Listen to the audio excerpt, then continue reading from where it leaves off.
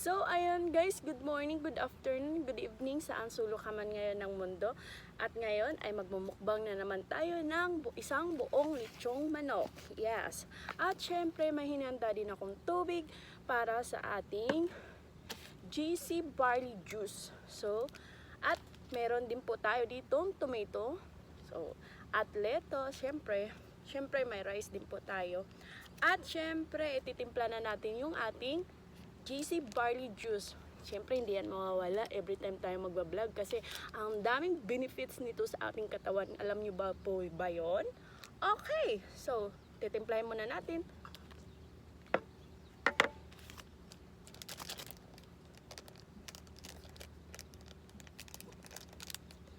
Ang hirap guys, ang hirap buksan. Agatin na lang natin.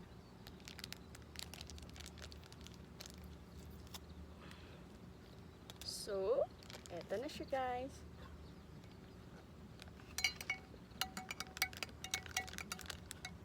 Last time na nag-video ako guys, wala akong dalang kutsara kaya hindi ko siya nahalo ng maigi.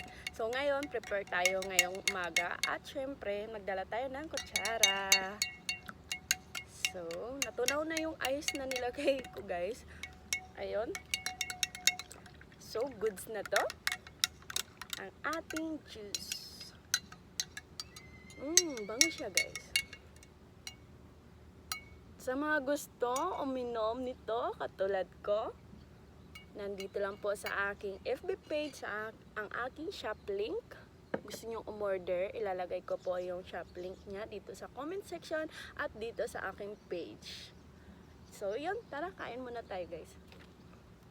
Kain. Thank you Lord. So ayun, at nakalimutan natin yung mouthwash natin. Siyempre, hindi mawawala yung sausawan natin. Tara guys, kain. Napakasarap naman itong aking agahan at tanghalian. Siyempre, maaga tayong nagising. Kanin pa lang yun guys.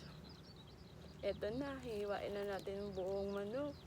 Shout out sa Maruho, kay Ate Grace. Thank you. Dahil